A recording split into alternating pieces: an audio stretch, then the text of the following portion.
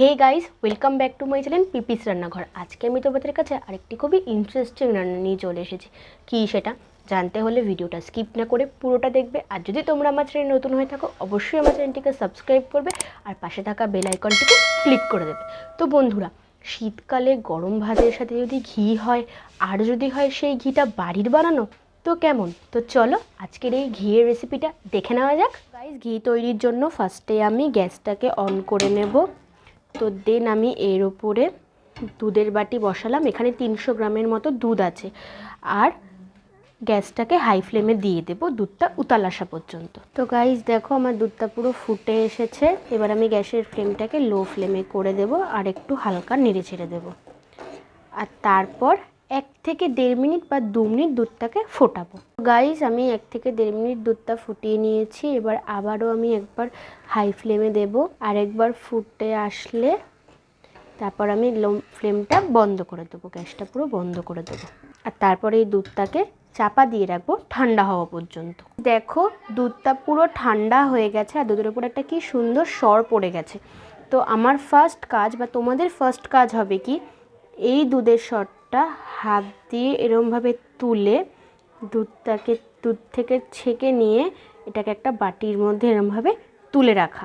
Guys, আমি এরকম 1 KG দুধকে বারবার জাল দিয়ে তার থেকে ডে বাই ডে এরকম 1 বাটি একটা সর তুলে নিয়েছি। তোমাদেরও তাই করতে হবে, বা তোমরা যে যতটা দুধের চাও সর তুলে তুলে তুলে তুলে এরকমভাবে জমাতে হবে।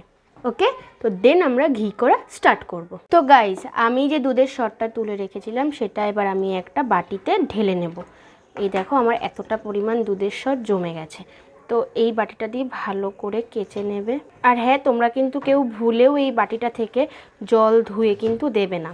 দেখো, এরকম পরিমাণ মতো লেগে আছে, তোমরা কিন্তু এই বাটিটা জলটা ধুয়ে কিন্তু এটার মধ্যে দেবে না, তাহলে কিন্তু ঘিটা একদমই ভালো হবে না। গাইজ, আমি এবার একটা বাটিতে নিয়ে নেওয়ার পর একটা হ্যান্ড ব্লেন্ডারের সাহায্যে এটাকে ভালো করে ফেটিয়ে নেব এরকমভাবে।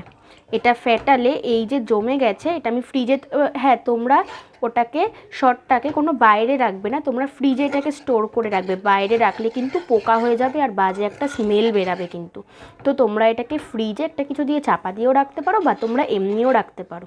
তো তারপর তোমরা যেদিনকা করবে সেই দিনকা কিছুক্ষণ মানে 5 থেকে 10 মিনিট নামিয়ে রাখবে, জাস্ট ঠান্ডাটা ছেড়ে যাওয়ার পর তারপর তোমরা করতে পারো। তো আমি এবার এটাকে হ্যান্ড ব্লেন্ডারের সাহায্যে এটাকে ভালো করে ফেটিয়ে নেব এরমভাবে। তো গাইজ দেখো, এটা ফেটাতে ফেটাতে এইরকম একটা পাতলা হয়ে গেছে। তো তখনই আমি এটাকে গ্যাসের ওভেনের ওপর বসিয়ে দিয়েছি, আর দেন আমি ওভেনটা অন করে দেব, হাই স্পিডে রেখে দেব। তো এবার এটা সাইডের বাবলস চলে আসবে, তো আমি সেই বাবলস আসা পর্যন্ত ওয়েট করব। গাইজ দেখো, কিছুক্ষণ রাখবে হাই ফ্লেমে, তো দেখবে সাইডে এরকম বাবলস চলে আসবে। তো এটা একটা হাতে একটা চামচ নেবে, আর সেই চামচটা দিয়ে কন্টিনিউ এটাকে এরমভাবে নাড়তে থাকবে। এভাবে ধরে নিয়ে কন্টিনিউ এটাকে নাড়তে থাকবে, আর গ্যাসটা কিন্তু হাই ফ্লেমে দিয়ে রাখবে। গাইজ, আমি কিন্তু গ্যাসের ওপর বসিয়ে মিডিয়াম ফ্লেমে রেখে এরকম একটা চামচ দিয়ে কন্টিনিউ নাড়তেই হবে, নাড়তেই থাকবে তোমরা। নাড়াটা কিন্তু থামাবে না, যদি থেমে দাও তাহলে কিন্তু নিচে পুরো লেগে যাবে, তাই এরকম কন্টিনিউ নাড়তেই থাকবে। তো গাইজ দেখো, এটা চারিদিকটা পুরো লেগে লেগে আসছে, আর এটা কেমন ইয়েলো ইয়েলো কালার হয়ে গেছে। তো এটাকে আমি এখন লো ফ্লেমে দিয়ে দেবো। এতক্ষণ আমি মিডিয়াম ফ্লেমে এটাকে নাড়ছিলাম, আমি কিন্তু এটাকে কন্টিনিউ নাড়ছিলামই, আর এখনও এটাকে আমি কন্টিনিউ নাড়তেই থাকবো। দেখো নিচটা কেমন লেগে লেগে যাচ্ছে, আর এটা ইয়েলো কালার হয়ে এসছে। তো তোমরা কিন্তু নাড়তেই থাকবে কন্টিনিউ। তো গাইজ দেখো, ওটা থেকে আস্তে আস্তে পুরো তেল ছাড়তে শুরু করে দিয়েছে, আর এই তেলটাই হচ্ছে ঘি হবে।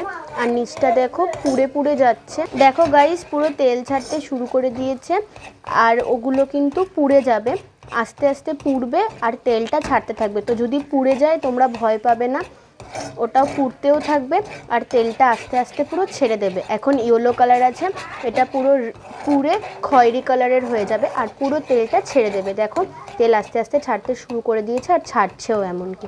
কিন্তু তোমরা কিন্তু কন্টিনিউ তোমরা নাড়তেই থাকবে।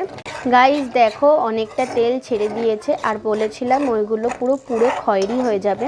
ওগুলো আস্তে আস্তে অরেঞ্জ হয়ে এসছে। এই সময় থেকেই কিন্তু ঘিয়ের অরিজিনাল স্মেলটা আসতে শুরু করে। তার আগে পর্যন্ত কিন্তু স্মেলটা খুব একটা ভালো আসবে না। তোমরা কেউ ভয় পাবে না বা ঘাবড়ে যাবে না যে স্মেলটা ভালো আসছে না বা ঘিয়ের স্মেলটা আসছে না কেন। যখন এইরকম পজিশনে চলে আসবে তখনই কিন্তু খুব সুন্দর একটা স্মেল বেরাবে। তার আগে আগে কিন্তু ভালো স্মেল আসবে না। যখন এই বাইন্ডিংয়ে থাকবে তখনও আমরা কন্টিনিউ এটাকে নাড়তেই থাকবো যতক্ষণ না পর্যন্ত খয়েরি কালারে না হয়ে যায়। গাইস দেখো ওই চাছিগুলো অরেঞ্জ কালারের হয়ে গেছে। তোমরা এই অবস্থায়ও নামাতে পারো। যদি তোমরা এই অবস্থায় নামাও তো তোমাদের ঘিয়ের কালারটা সাদা হবে। যদি তোমরা পুরো খয়েরি হওয়া পর্যন্ত অপেক্ষা করো তো ঘিয়ের কালারটা একটু অরেঞ্জ হবে। ব্যাস এটাই কিন্তু ডিফারেন্স দুটোর মধ্যে কালার। আর হ্যাঁ, বাইরের দোকানে কী দেয় যার জন্য ওরকম হয় আই ডোন্ট নো, বাট আমি এখানে কিছুই ইউজ করিনি, কিন্তু সেটা তোমাদের পুরো ভিডিওতে দেখিয়েছি। আর এটা গ্যাস থেকে নামানোর পর কেমন পজিশনে আসবে সেটাও তোমাদের দেখাবো। তো গাইস দেখো পুরো খয়েরি হয়ে গেছে, আমার ঘিটাও হয়ে গেছে। আমি কিন্তু পুরোটা লো ফ্লেমে করেছিলাম। এবার আমি গ্যাসটা পুরো বন্ধ করে নেব আর জাস্ট কিছুক্ষণ মানে 30 সেকেন্ড ধরে জাস্ট এটাকে নাড়তে থাকবো। তো আমার ঘি রেডি। তো তোমাদের চলো দেখাচ্ছি ঘিটা কেমন হয়েছে। আমি এখন ঘিটাকে ছেঁকে নেব। তোমরা চাইলে কোনো কৌটাতেও ছাঁকতে পারো, বাট আমি আগে বাটিতে ছাঁকবো। তো আমি এটার উপর একটা ছাঁকনি বসিয়ে নিলাম। এবার আমি ঘিটাকে ছেঁকে নেব। এভাবে আস্তে আস্তে করে আমি ছেঁকে নেব। দেখো চাছিটা পুরো খয়েরি কালারের হয়ে গেছে। দেখো কতটা চাছি হয়েছে। এই চাছির পরিমাণটা কিন্তু একটু বেশি হবে। আর তারপর আমি এই ছাঁকনিটার ওপরে চামচটা দিয়ে ভালো করে একটু চেপে দেব, যাতে যতটা ঘি চাছিটার মধ্যে রয়েছে ততটা পুরোটাই যেন ভেতরে পড়ে যায়। এভাবে জোরে জোরে একটু চেপে নেবে। তো গাইস দেখো আমি বলেছিলাম যে যত তোমরা ওই চাছিটার কালার খয়েরি করবে মানে ডিপ হবে তত ঘিটা খুব সুন্দর হবে। দেখো আমার ঘিটা পুরো গোল্ডেন ব্রাউন কালার হয়েছে। তো তোমরা যদি সাদা অবস্থায় নামাও তো তোমাদের ঘিটা কিন্তু সাদা হবে, ঠিক আছে। আর আমার ঘিটার মধ্যে কিন্তু কোনো দানা দানা কিচ্ছু নেই, তোমরা সেটা দেখতেই পাচ্ছ। এই দেখো, তো এখানে 25 গ্রামের মতো ঘি রয়েছে। তো গাইস যদি আমার এই রেসিপিটা তোমাদের ভালো লেগে থাকে তো অবশ্যই একটা লাইক করে দিও আর ভিডিওটা যত পারো শেয়ার করো। গাইস আমার এই ভিডিওটা তোমাদের কেমন লাগলো আমাকে কমেন্ট বক্সে জানাতে ভুলবে না। আর তোমরাও বাড়িতে অবশ্যই ট্রাই করবে আর কেমন হলো তোমাদের ঘিটা সেটাও আমাকে কমেন্ট বক্সে অবশ্যই জানাবে। Thank you for watching this video.